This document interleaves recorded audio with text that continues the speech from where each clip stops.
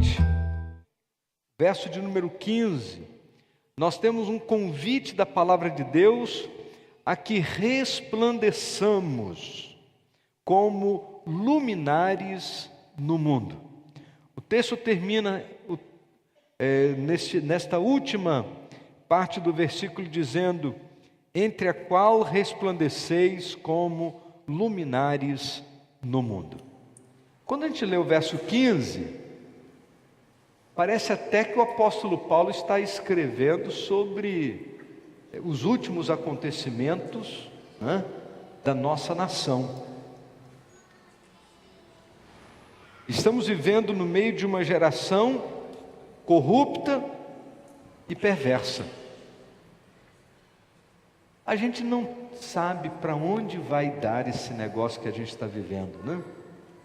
A gente não tem a mínima ideia do que vai acontecer, mas se não bastasse descobrir a realidade de uma geração corrupta e perversa, fica diante de nós a indagação do que vai resultar isso tudo.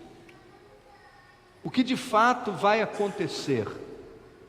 A história recente da Itália nos deixa um pouco temerosos, porque todo o processo de investigação, na tentativa de resolver a questão da máfia italiana, acabou não resultando na mudança que havia como aspiração para aquela nação. E a gente vê as coisas assim tão travadas, né? Parece que a coisa vai, mas de repente a coisa não anda. E os processos são tão difíceis, as coisas são tão lentas, a justiça é tão lenta e as provas nunca são suficientes. E às vezes a sensação que a gente tem é que não tem jeito mesmo. É a gente se convencer de que estamos vivendo numa sociedade corrupta e perversa e de que não tem o que fazer. Mas o que a palavra de Deus nos ensina nesse versículo é não só a gente entender a realidade de um mundo corrupto e perverso, mas mais do que isso, diz o texto que no meio de tudo isso é preciso que nós resplandecemos como luminares no mundo. Quanto mais escuro fica o cenário de corrupção e desmando desse mundo sem Cristo, maior é a nossa responsabilidade como igreja.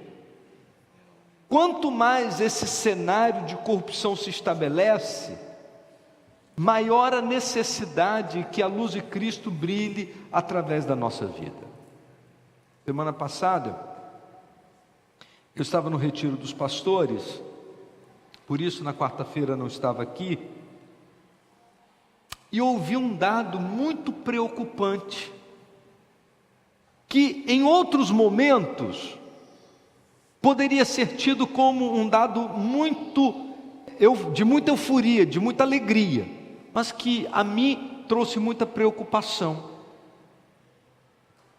Os últimos números do crescimento da igreja evangélica no Brasil são tão grandes, e já se fala de que hoje somos 64 milhões de evangélicos no Brasil.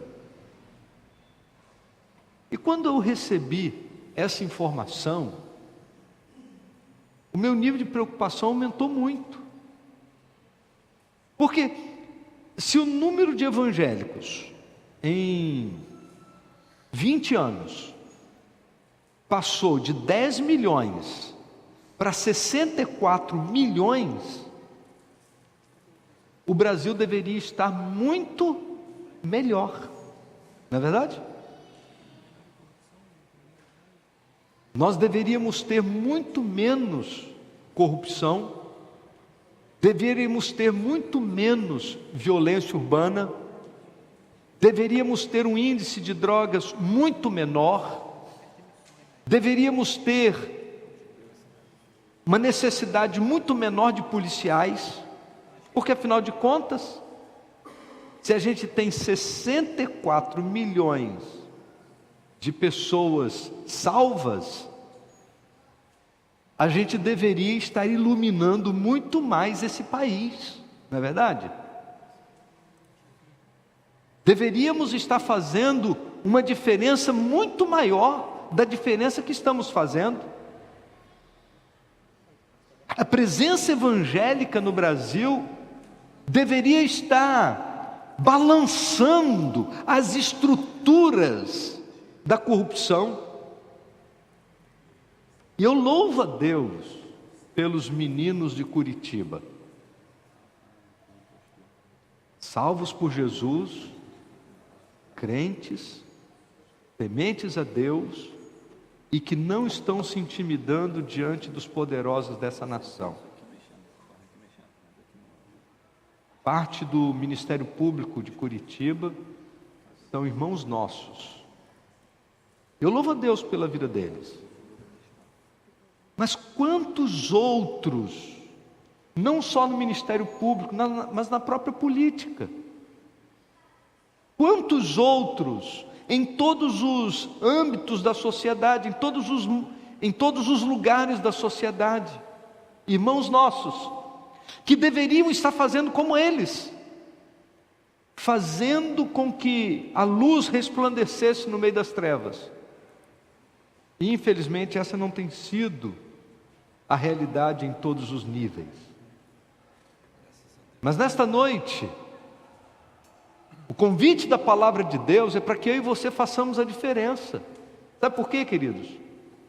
Deus nos colocou aonde nós estamos para que a gente ilumine a luz de Cristo, ou resplandeça a luz de Cristo.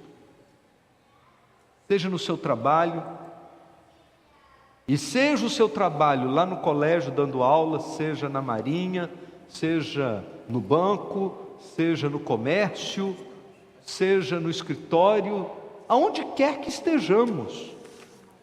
Deus não nos colocou neste lugar que você está com outro objetivo senão que você faça a diferença. E a gente às vezes fica esperando que os outros façam a diferença para que a gente possa ir na onda. E a gente precisa fazer o contrário. A gente precisa fazer a diferença aonde Deus nos colocou, para que outros possam ver o nosso exemplo e possam andar nessa mesma direção. Você foi colocado por Deus em algum lugar para que você faça a diferença, para que a luz de Cristo seja resplandecida através da sua vida. Então nesta noite nós queremos falar sobre essa questão da luz. Deus se fez para iluminar o mundo. Uma das características da luz é abrir caminho, é iluminar para que possa mostrar o que está adiante.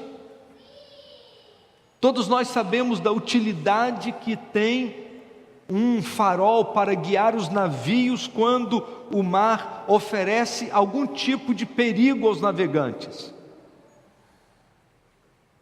A luz então, ela oferece esse senso de direção, para que as pessoas possam andar com confiança.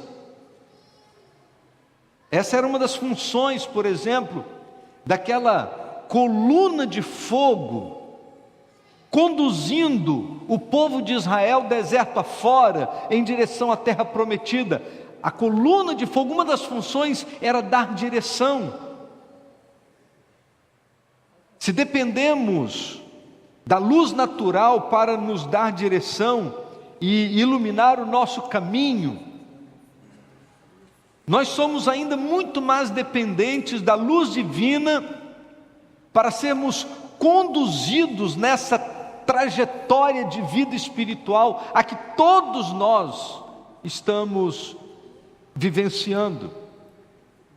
No capítulo 8 do Evangelho de João, verso de número 12, Jesus disse: eu sou a luz do mundo, quem me segue de modo algum andará em trevas, mas terá a luz da vida. Então Jesus diz assim: olha, quem me segue, isso significa que ele é a luz, então ele está indo na frente. Quem me segue não andará em trevas. Andar em trevas, no dizer de Jesus, é se permitir confundir-se pela escuridão do mundo. O homem sem Deus caminha sem direção, porque ele está em densas trevas, diz a palavra de Deus, e ele está sendo guiado pelo príncipe das trevas, que a Bíblia dá o nome, é o inimigo de nossas almas. É por isso que o apóstolo Paulo, falando a respeito daquilo que Jesus fez na nossa vida, Paulo diz assim em Colossenses 1,13: nos libertou do império das trevas e nos transportou para o reino do Filho do seu amor. No momento em que nós recebemos a Jesus, a Bíblia diz que nós fomos libertos do império das trevas. Ele quer dar essa direção para a nossa vida. O Salmo 43, eu queria convidar os irmãos para lermos juntos esse texto da palavra de Deus, os versos 3 e 4, vamos ler todos a uma só voz? Envia a tua luz e a tua verdade, para que me guiem e me levem ao teu santo monte e aos teus tabernáculos. Então irei ao altar de Deus que é a minha grande alegria. Ao som da harpa eu te louvarei, ó Deus, Deus meu. Envia a tua luz, diz a palavra de Deus. O salmista estava dizendo: na medida que Deus envia a sua luz, eu tenho uma direção a seguir. Na medida em que me guio pela luz de Cristo, eu serei levado à presença dele, ao seu santo monte, ao seu tabernáculo, ao monte de Deus, à casa de oração, ao seu altar. Em outras palavras, é a luz divina que nos leva para a presença de Deus. E na presença de Deus, guiados pela luz de Deus, nós encontramos a verdadeira alegria, diz a palavra. É na presença de Deus que nós desfrutamos da verdadeira alegria.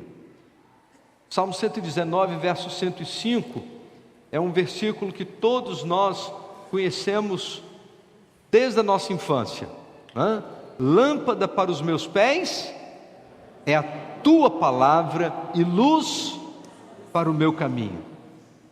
A palavra de Deus é descrita pelo salmista como lâmpada para os nossos pés, luz para o nosso caminho. Então, é a palavra de Deus que vai lançar luz nos nossos caminhos para que nós possamos caminhar na presença do Senhor. Provérbios 6:23, a Bíblia diz: porque o mandamento é lâmpada, e a instrução luz, e as repreensões da disciplina são o caminho da vida. O mandamento é lâmpada e a instrução luz. Nós temos na palavra de Deus toda a orientação de Deus para a nossa vida. Eu lembro da história de uma menina, período da Guerra Fria, União Soviética completamente fechada para o Evangelho, e qualquer um que fosse pego com uma Bíblia seria preso. e era proibido os cultos, e numa cidade fria, gelada, com 1 metro de neve, uma menina sai para participar de um culto numa igreja subterrânea, escondida, e no meio do caminho ela é pega pela polícia, e a polícia diz: para onde você vai, menina? E ela entrou num conflito naquele momento, porque se ela dissesse: estou indo para a igreja, seria presa. Mas do outro lado ela disse: eu não posso mentir, porque aí eu não vou ser presa, mas eu vou ficar com um problema com Deus. E ela bolou uma resposta que não era mentira, mas que não explicava muito para o guarda, porque ele não entendeu o silogismo. Ela disse: meu irmão mais velho morreu, eu tenho 2 testamentos para ler hoje. Eu vou me reunir com os meus irmãos para ler os testamentos do meu irmão.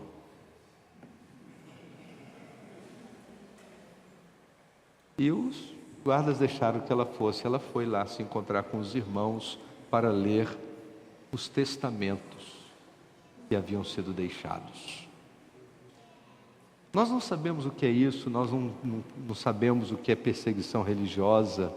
Nós temos tantas Bíblias quanto precisarmos. Essa daqui, por exemplo, eu ganhei domingo e comecei a ler já essa semana.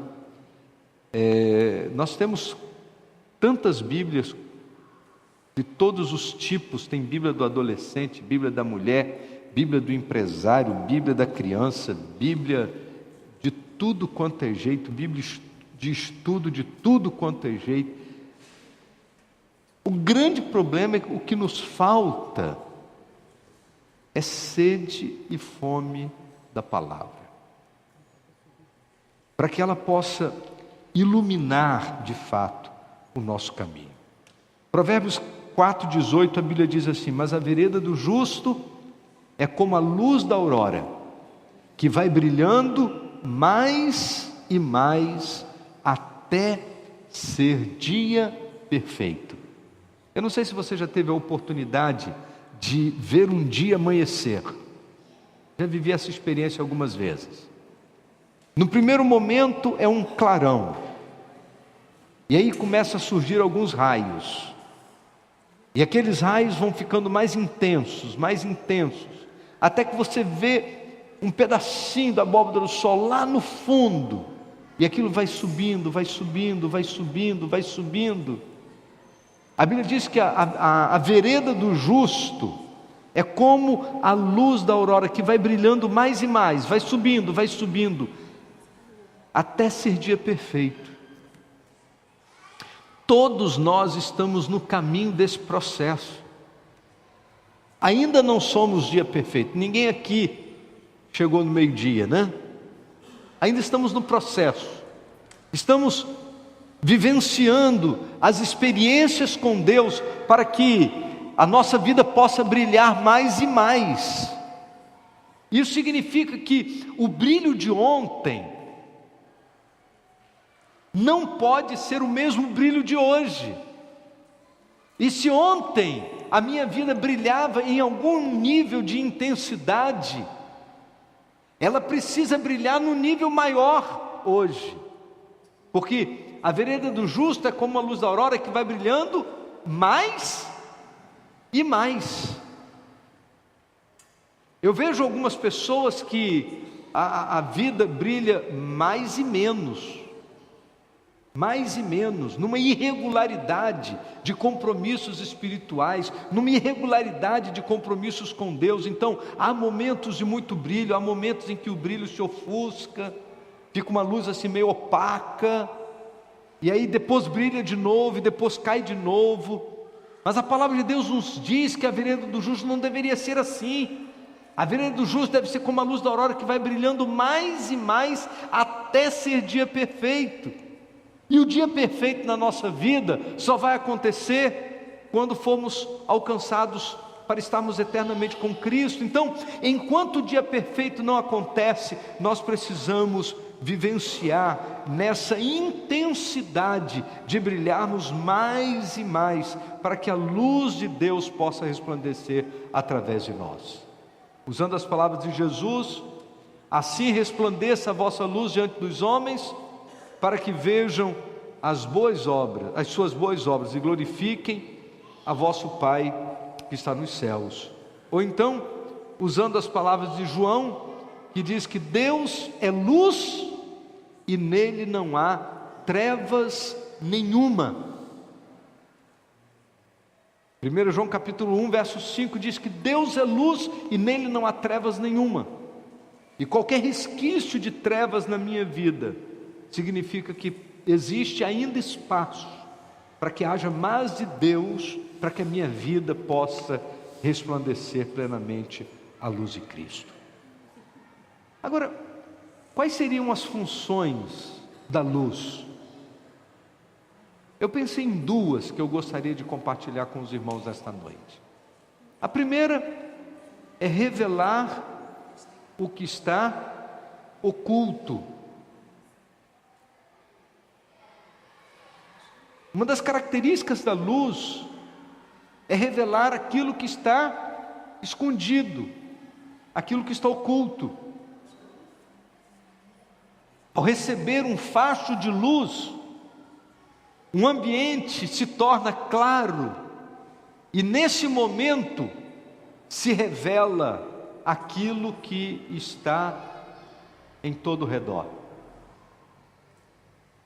Eu me lembro que há alguns anos atrás, eu estava de férias, junto com a minha família, lá na casa de um tio da minha esposa, lá em Iguaba, e nos fundos da casa tinha uma cobertura, e quando apagava todas as luzes, aquilo ficava um breu que a gente não conseguia enxergar coisa nenhuma. Aí juntamos eu, Lucas e Iago e mais algumas pessoas que estavam lá, e a gente resolveu deixar aquilo tudo apagado e a gente brincar de um pique se esconde naquele escuro. E a escuridão era tão densa, que a gente passava do lado um do outro e a gente não conseguia se ver. E era muito engraçado, a gente viveu situações muito engraçadas naquela situação. E inadvertidamente, a minha sogra acendeu a luz. Sogra sabe como é que é, né? Sempre acaba com a brincadeira. Inadvertidamente ela acendeu a luz. E quando acendeu a luz, revelou-se o que estava escondido. O local de bater o pique era um determinado lugar, e já estava todo mundo assim, pertinho assim para bater e tal. Aí, pum, acendeu a luz, se revelou o que estava escondido. Todo mundo foi identificado, todo mundo estava ali. Uma das funções da luz é revelar o que está escondido. Nós gostamos de esconder aquelas coisas que nos causam algum tipo de constrangimento ou vergonha, até que um facho de luz da parte de Deus alcança a nossa vida e tudo se torna conhecido. Ao olharmos para a palavra de Deus, nós vamos notar que quem gosta das trevas é o diabo. É ele que gosta de agir na calada da noite. É ele que gosta de agir na penumbra. É ele que gosta de agir às escondidas. É ele que espalha escuridão.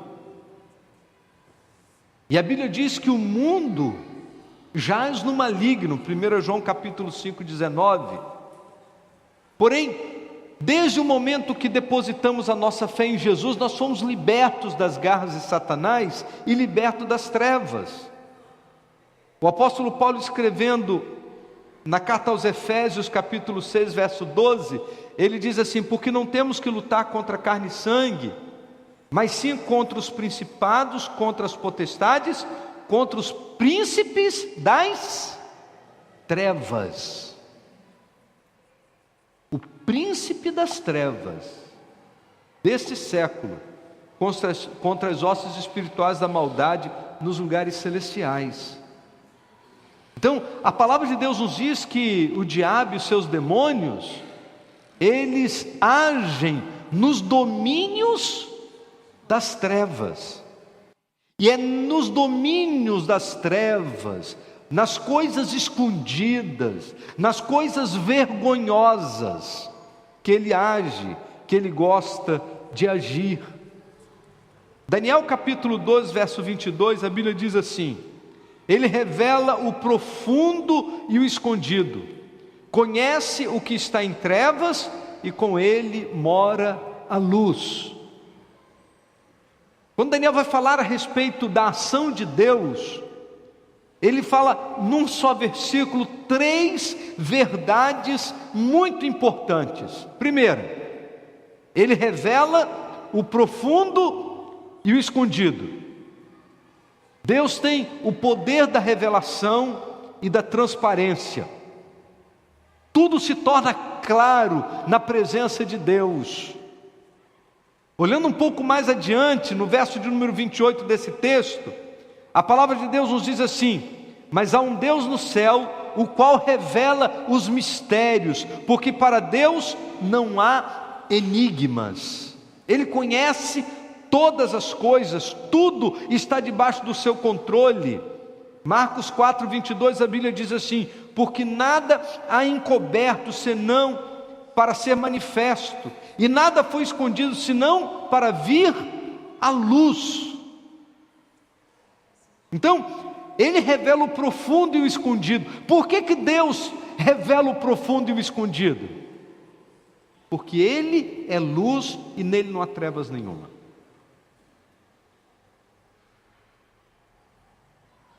Essa declaração da palavra de Deus deve gerar alguns sentimentos no nosso coração. Primeiro, você pode esconder e pode manter escondido as coisas, enganando a você mesmo. Você pode manter a casca, você pode manter a aparência, mas você não vai enganar a Deus. E não há nada escondido que não seja revelado. No tempo próprio, tudo há de ser revelado. E eu tenho sempre dito para as pessoas o seguinte: não empurra isso para frente, porque o prejudicado será você. Se tem algo na sua vida que está escondido, confesse. Abra mão das coisas escondidas, das coisas vergonhosas. O benefício é seu, porque de Deus não está escondido. A Bíblia diz que todas as coisas estão nuas e patentes diante daquele a quem havemos de prestar contas. Segunda declaração desse texto de Daniel 12, 22. Conhece o que está em trevas. Nós podemos lembrar aqui de muitos casos da Bíblia, de coisas que aparentemente estavam escondidas e foram reveladas. Por exemplo, Ananias e Safira venderam o terreno e mentiram aos apóstolos, dizendo que tinha sido um valor e na verdade o valor havia sido outro. E Pedro diz assim: vocês não mentiram a nós, mas mentiram ao Espírito Santo. É possível mentir a Deus É possível mentir ao Espírito Santo e ficar por isso mesmo? Se nós temos a certeza de que Deus conhece todas as coisas, não há nada escondido, não há nada oculto aos olhos do Senhor. Ele conhece o que está nas trevas. Sabe por quê que Deus conhece o que está nas trevas? Olha o que está escrito no Salmo 139, versos 11 e 12.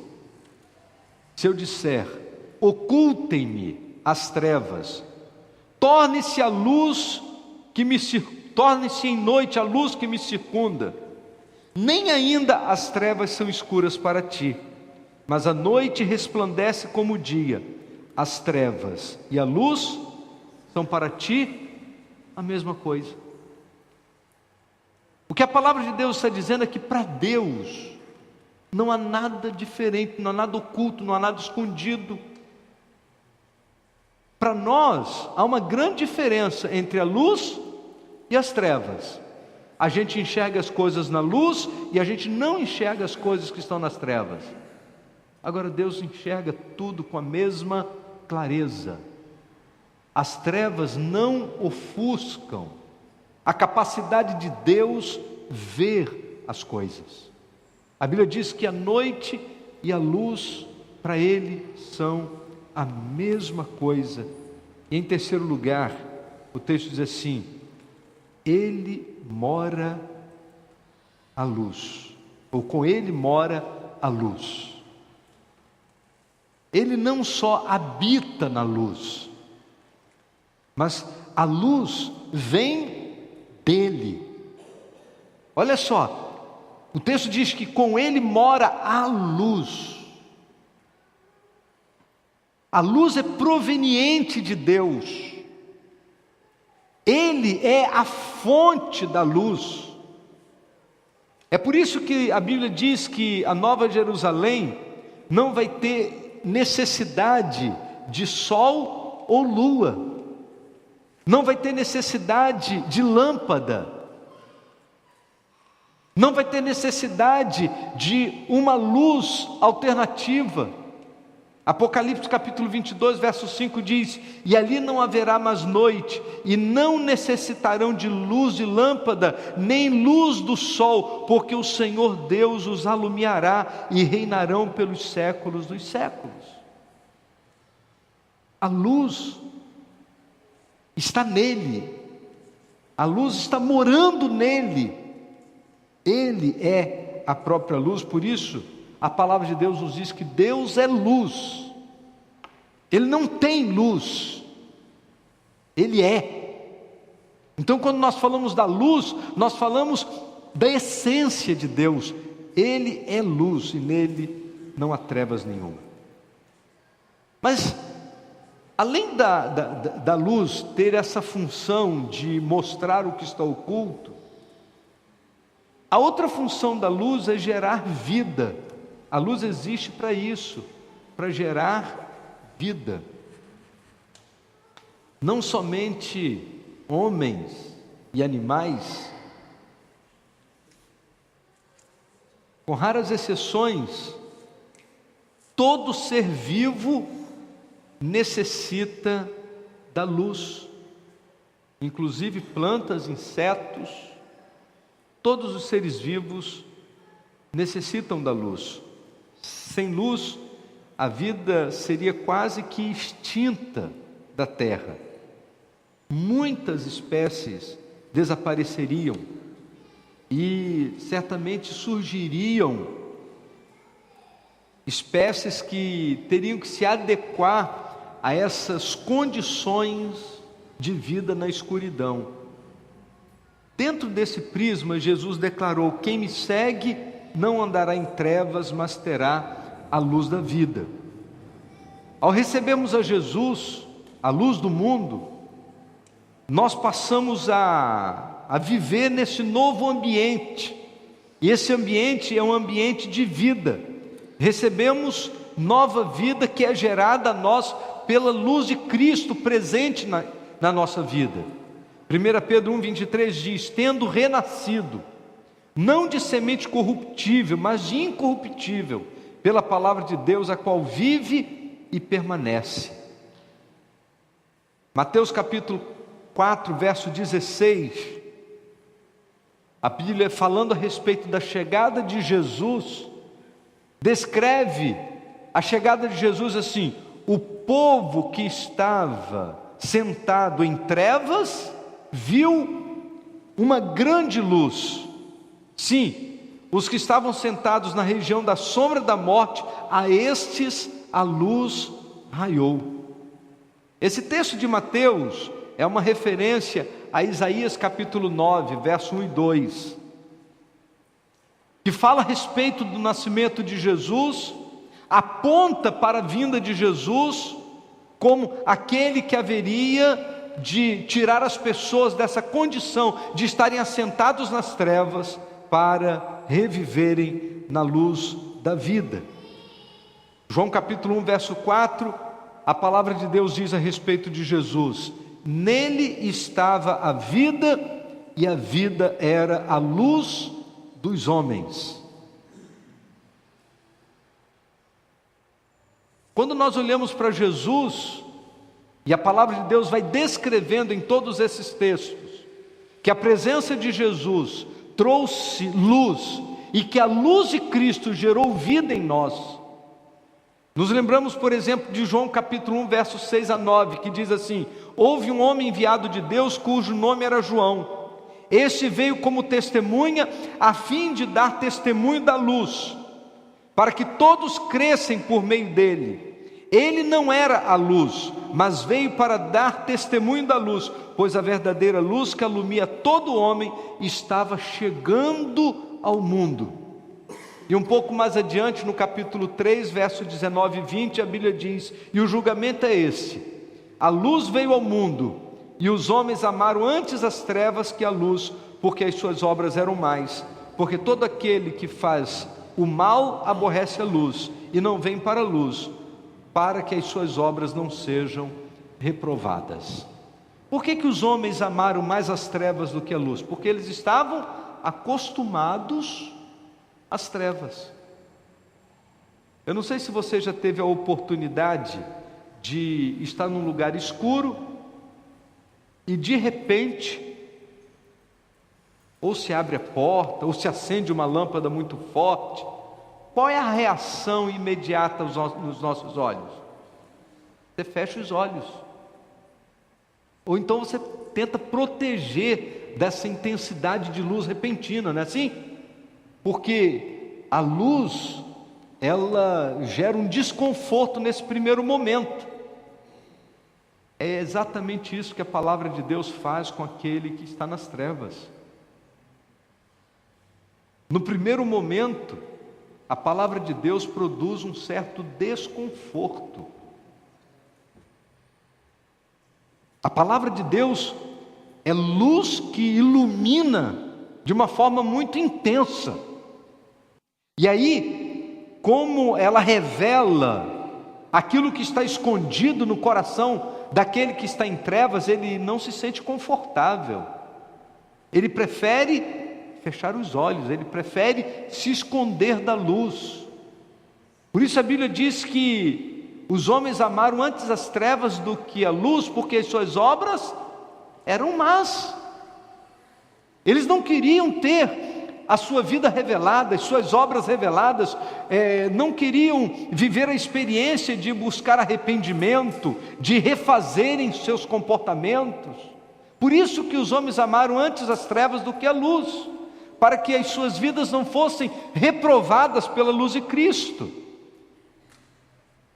João 3:21, a Bíblia continua dizendo: mas quem pratica a verdade, vem para a luz, a fim de que seja manifesto que as suas obras são feitas em Deus. Quem é que gosta da luz?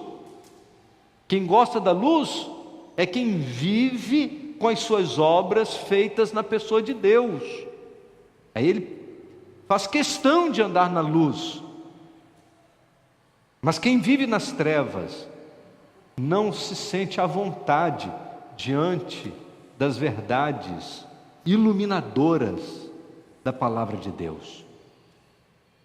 Agora, tudo isso que a palavra de Deus nos ensinou até agora só tem sentido se a gente for luminares no mundo, como disse o apóstolo Paulo na carta aos Filipenses. Porque a luz precisa resplandecer, e Jesus nos confiou o poder de iluminar. João 9,5, Jesus diz assim: enquanto eu estou no mundo, eu sou a luz do mundo.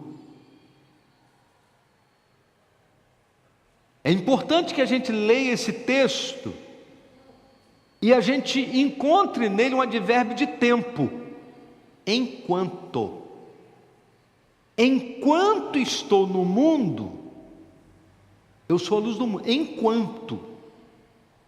O que sugere que essa ação de iluminar o mundo pela pessoa de Jesus se restringia à sua presença física enquanto estava no mundo.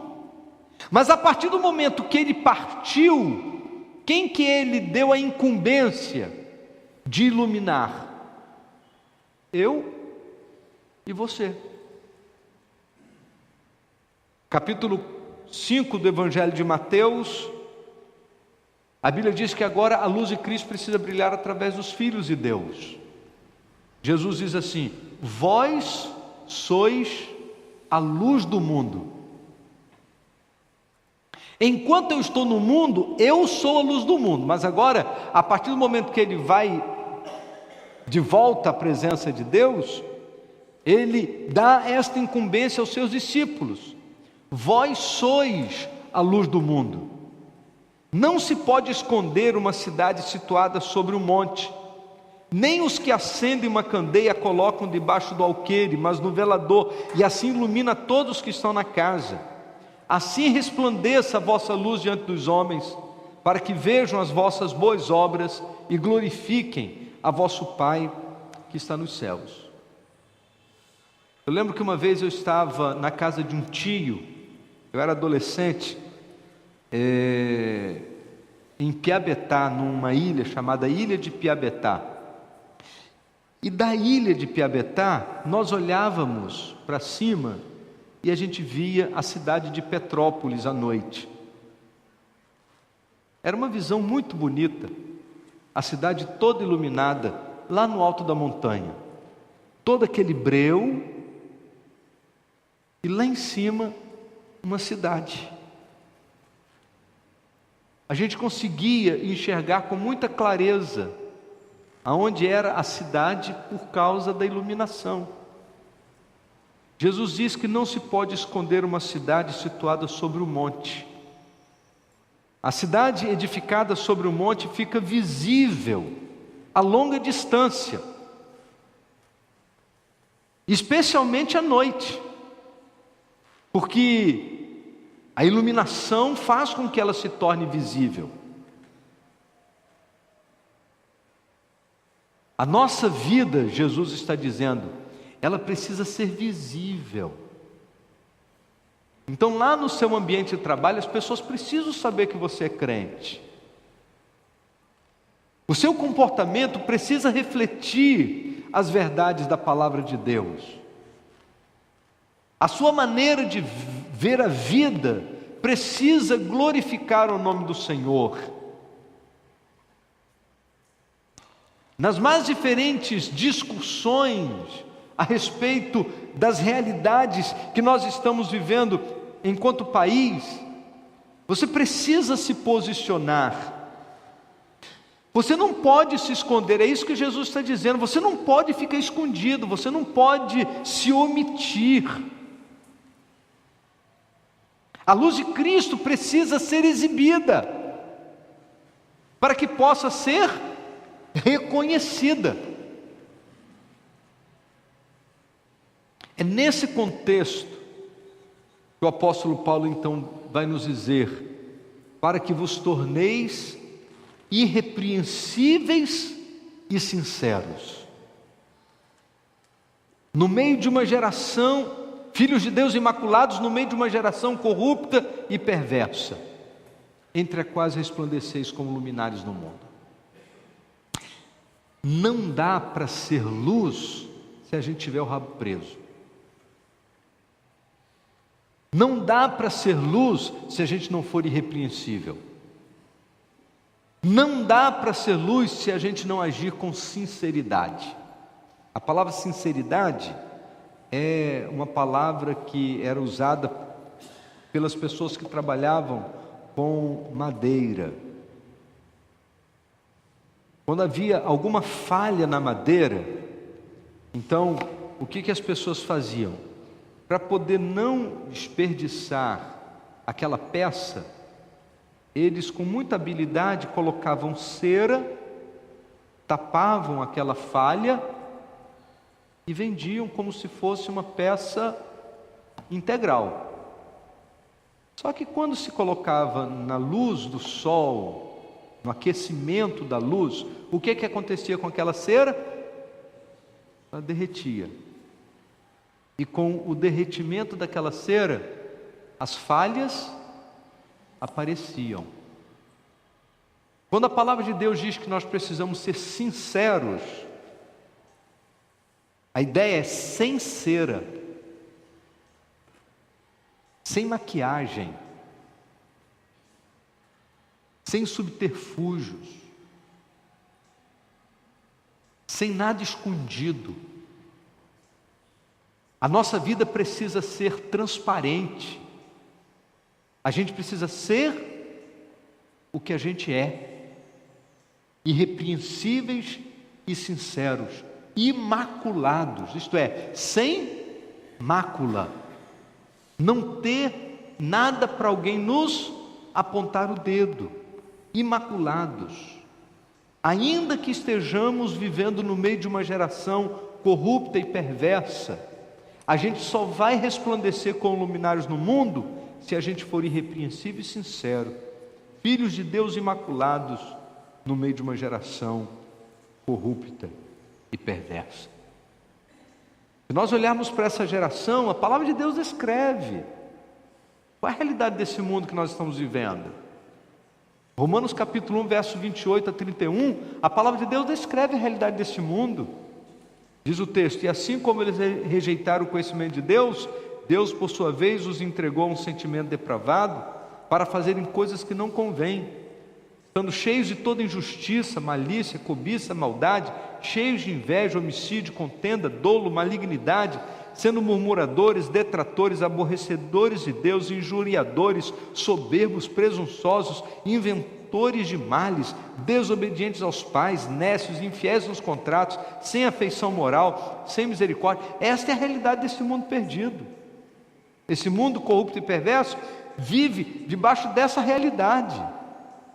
Mas desde o momento que fomos alcançados pela graça de Jesus, fomos alcançados para vivermos de uma maneira diferente. Fomos alcançados para que sejamos irrepreensíveis e sinceros, filhos de Deus imaculados. É assim que a luz de Cristo vai resplandecer através da nossa vida e seremos identificados como luminares no mundo. Nesse mundo totalmente entregue à maldade, nesse mundo cheio de perversidade e engano, nós temos, queridos, oportunidades muitas, para que a luz de Cristo resplandeça através da nossa vida. Através de uma vida reta, através de uma vida comprometida com Deus e com seus valores, através da rejeição aos padrões desse mundo, nós vamos viver essa vida reta. A palavra luminares, nesse texto de Filipenses 2,15, traz um significado como se fosse a luz das estrelas. Aquele que fornece luz ou iluminador. Esse é o sentido literal da palavra luminares aqui nesse texto de Efésios ou Filipenses 2,15. Iluminador. Enquanto Jesus estava no mundo, Ele era o iluminador desse mundo. Agora, essa função passou a ser a função da igreja. É nossa responsabilidade, como depositários da luz de Deus, irradiar esta luz a todos os cantos e recantos da nossa cidade, do nosso ambiente de trabalho, da nossa casa. Somos os instrumentos de Deus para que a luz de Cristo possa chegar nas densas trevas que caracterizam a nossa geração. Que Deus nos use como luminares nesse mundo tenebroso que estamos vivendo. Amém, queridos? Vamos orar? Feche os seus olhos e vamos falar com Deus. Muito obrigado, Senhor Deus, pela Tua palavra. Existe aqui, ó Deus, um misto de honra e responsabilidade. A honra de sermos representantes do Senhor nesse mundo de trevas, mas ao mesmo tempo a responsabilidade de vivermos de maneira digna, para que a luz de Cristo possa resplandecer através de cada um de nós. Ó Deus, aonde quer que estejamos, seja na nossa casa, seja no nosso ambiente de trabalho, na escola, nos relacionamentos com os nossos amigos, ou mesmo naqueles relacionamentos mais particulares e íntimos, como naqueles momentos que estamos no Facebook, no WhatsApp. Senhor, que a luz de Jesus resplandeça através da nossa vida. Obrigado a Deus por esta incumbência, por confiar a nós a responsabilidade de fazer brilhar a luz do Senhor nesse mundo. E, ó Deus, que a luz do Senhor jamais apague na vida de cada um de nós, os teus filhos. Nós queremos te agradecer por esta bênção, por esse privilégio, pedir que nos ajude para que possamos caminhar nesse mundo de maneira irrepreensível e sincera, imaculados, para que não haja obstáculo algum para que a luz possa sair da nossa vida e alcançar as esferas que estão à nossa volta. Nós queremos agradecer-te por esta bênção, pela tua palavra e por esse momento especial que o Senhor nos dá. Em nome de Jesus. Amém, Senhor.